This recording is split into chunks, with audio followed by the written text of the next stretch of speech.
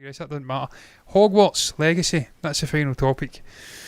Hogwarts Legacy is already the #1 best-selling game on Steam, on PS5, the PlayStation Store I believe, and #2 best-selling game on the Xbox Store or Microsoft Store, whatever you want to call it. It's doing great business. It's about just under a month out from its release. This is just pre-orders alone. It's looking good, man. Things are looking up for Avalanche Studios, I believe it is, for this sort of RPG, open world RPG Harry Potter game. It's not a Harry Potter game, it's Hogwarts. Harry Potter, not even a twinkle in his great-grandmother's eyes at this stage. This is set 100 years before Harry Potter, which if you're a Harry Potter fan you will know was set in the 1990s. This is set in the 1890s. And yes, I am very much looking forward to this game. This is my #1 most anticipated video game release of 2023. This is going to reignite the inner child within my, at that point it'll be 34-year-old mind, currently 33, and I'm cherishing the last sort of 20 odd days of being 33. Fucking hell, I wish I was 23. So yeah, that's a slightly depressing turn of events there. Me mentioning my birthday coming up, me mentioning, yeah, the 34 number. We don't want to think of that. We're just going to go to a happy place, which is Hogwarts. And I'm going to look forward to playing this, man. This is the game that I wanted as a kid growing up. I had all the games. I think I had at least 3-4 of the Harry Potter games as the sort of franchise progressed. But I've got a firm sort of appreciation and sort of nostalgia-ridden appreciation, if you like, for the Chamber of Secrets, I believe it was, a video game which was open world. You could go around and explore Hogwarts. This is something I think that every person of around about my age who's a fan of Harry Potter has been desiring for a long, long time. Of course, you have got certain individuals on social media who are not wanting the game. They are actually trying to create a boycott. There's a backlash against this specific video game for the obvious reasons. J.K. Rowling, the sort of brainchild behind Harry Potter, the novels, the sort of stories of Harry Potter, not this video game, made some interesting remarks about this whole sort of trans community thing and the trans question, if you'd like, discussion. I don't know what adjective to use. She's made remarks about the trans stuff. She's very pro women rights, and this has rubbed up that community something awful. It's rubbed up all the actors who performed in Harry Potter something awful. And look, I get it, man. I get it. If anybody's going to be sort of anti-trans and anti-woke, anti-your Piers Morgan types, a firm advocate for difference in society, for being non-binary or all of this stuff that you want to discuss, and I'm not an expert in this by any means. If there's anybody going to champion that sort of stuff, it should be J.K. Rowling. She literally wrote a novel. I'm trying to create a word here and it doesn't exist. A novel, a book series, that's what I'll use the word book. This is the end, and it's good at the end. I'm starting off a cliff here. She literally wrote a series of books about someone being different, about individuals being different, being outcast from society. If she can't stand behind that, then I understand why people are getting upset and getting angry, but they're channeling it in the wrong way. It's a video game. There's developers spent years on this, creating this, and it looks absolutely stunning. Give it a chance, man. JK's not involved in this. It's not her project. But I digress, I've been sidetracked. #1. Already the #1 selling game on Steam and PS5, #2 on Xbox, as you can see here. It's a few weeks away, the pre-sales are in. I have not pre-ordered it yet, but I am going to be pre-ordering the deluxe edition. I cannot wait. I think you get 72 hours early access. I will be there, believe me. We're looking forward to it. There's a lot of information dropped on this game. Incidentally, we've got sort of releases like this. Someone got their hands on an art book for this video game, and you can see sort of concept art. And as an artist myself, I am a bit of an artist. Not a bit of an artist. I'm an artist. I can draw very, very, very, very well. I can paint very well. I turned my hand to digital painting now, but I can paint. This is remarkable, man. I love to see this incredible sort of conceptual work getting done here. Also, it's not something that's going to be pertinent to the actual video game, because there's going to be elements of this storyboard and concept art that didn't make it in to the game. But it's just very interesting to see all this stuff starting to be leaked. And obviously, as a sort of byproduct of this book leak, we have got information which may or may not be out of date at this point, but they're suggesting 35 hours long this game, which would be a little bit disappointing. That's the main storyline. I think obviously if you do side things and stuff like that, they're saying upwards of 70 hours. That's still a bit short for a game of this ilk. Open world RPG. I'm thinking of the likes of Elder Scrolls, Skyrim, Oblivion, even your sort of, trying to think off the top of my head, open world RPGs, Borderlands, Legend of Zelda. These are all 100 plus hour games. So that would be slightly disappointing, the 35 hour mark for the main story, 70 hours for the side stories. But look, let's be honest, anyone buying this game is going to be wished off into the world of Hogwarts. They're going to be exploring like men and women possessed, boys and girls possessed as well, of that demographic.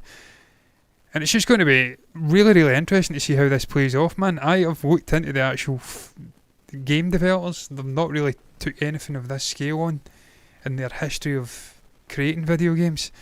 We've had the likes of Toy Story 3. I think they've done, off the top of my head, Rugrats video games.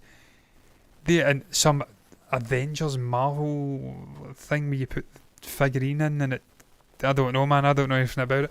They have not really tackled a game of this complexity, a game of this ambition throughout their entire existence as a games developer, which is over, I think, 2 decades, or at least a decade. It's not something they've touched. So it's going to be so interesting to see if they can pull it off. Certainly from the gameplay videos and the trailers I've seen, it looks like a really faithfully reimagined or faithfully created, that's the word I'll use, version of Hogwarts. The world looks absolutely massive, it's sprawling, highly detailed, it changes depending on the seasons. The video acting's on point, or the voice acting's on point. Simon Pegg's in there doing, I think he's playing the actual headmaster. So they've got all the right pieces in play here.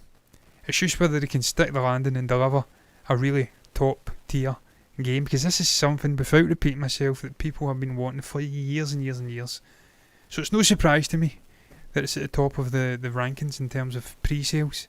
It's already the number 1 selling game. There is a buzz surrounding Harry Potter, the IP, that remains long after it is done as a sort of movie franchise. I know we've got Fantastic Beasts out just now, but it's not Harry Potter, is it? Let's be honest. Harry Potter ended in 2011, I want to say 2011. There is still a real interest in this IP, in this world. Why am I getting this? I don't know. And yeah, I mean, I'm not going to bring that up. I've kind of did that to the death. That it has leaked. We've got leaks and shit like that going on. But yeah, I mean, there's a real interest in this world, and this castle, and this sort of location, and the magical aspects of Harry Potter. And I think, look, I've watched another major channel on here speaking about it. I say major, another as if we're not a major channel. I have to stress, we are a fucking shit stain. That's the second time I've swore, and it will definitely be the last. We are, as I said yesterday, I believe, a skid mark in the grand scheme of things in terms of channels. 18,000 subs, nothing. But I appreciate every single one of you who have subbed. But I seen a major channel discussing this, I think last week, and what the ramifications could be of the success of this video game. Could it spark a desire within Warner Brothers, a desire within J.K. Rowling? There's a dirty name again. I'm not getting into that again. I touched upon it and butchered it.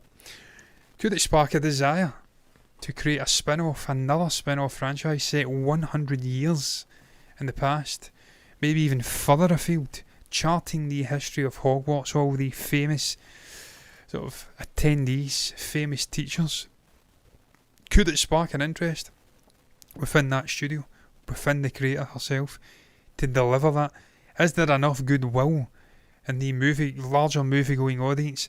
Is the whole anti-trans thing toxic enough to stop that happening? Is that going to eat into the actual box office profits? I've not actually looked at Fantastic Beasts and how it's performing in terms of box office. I don't think it is, personally. I think there's still an interest. You can see it in the way the game's actually charting just now. This is a video game. Video games are bigger than movies just now in terms of an industry, certainly in the United Kingdom. $4+ billion as an industry. There is money to be made. That is a real barometer for interest in franchises, in IP. There is clearly still a fervent love for Harry Potter. this could spin. If this video game is successful, the story's there, this could act as a sort of conduit, there it is again, for another franchise starring Hogwarts as a character. Because I'm one of those guys that says that characters aren't just human. They don't have to be human. They don't have to be a house elf. They don't have to be, I don't know, a hat, a conscious, fully aware hat. Locations can be characters. Alderaan was a location before it bit the bullet. Tatooine is a location in Star Wars. Bespin, the Cloud City, a location. It doesn't make sense. A character, that's what I meant to say. Not of course a location's a character, is what I meant to say. Locations can be characters, and in Hogwarts, obviously, more so than most. There was a lot of people felt that Harry Potter lost something palpable as a franchise when they stepped out of the confines of Hogwarts in the Deathly Hallows, and I got that in the book as well. For me, it was intrinsically linked to this school of magic, and when you stepped away, it seemed to lose something. It was like the innocence of youth disappearing. You have to become an adult, and that's shit. I agree with John Cleese. I'm going to end on this. I agree with John Cleese. The key to happiness and success in life is to maintain that youth eternal. Never lose the inner child. The inner child is full of wonder. The inner child is the one that's searching the stars for, advancement, for, I don't know, something different. I'm tripping. Never lose the inner child. I will never lose it. I will be entering my inner child again when I play this video game, man. I will be back being a 10-year-old again, a 11-year-old again when I enter this world. Looking forward to it, but I'm done.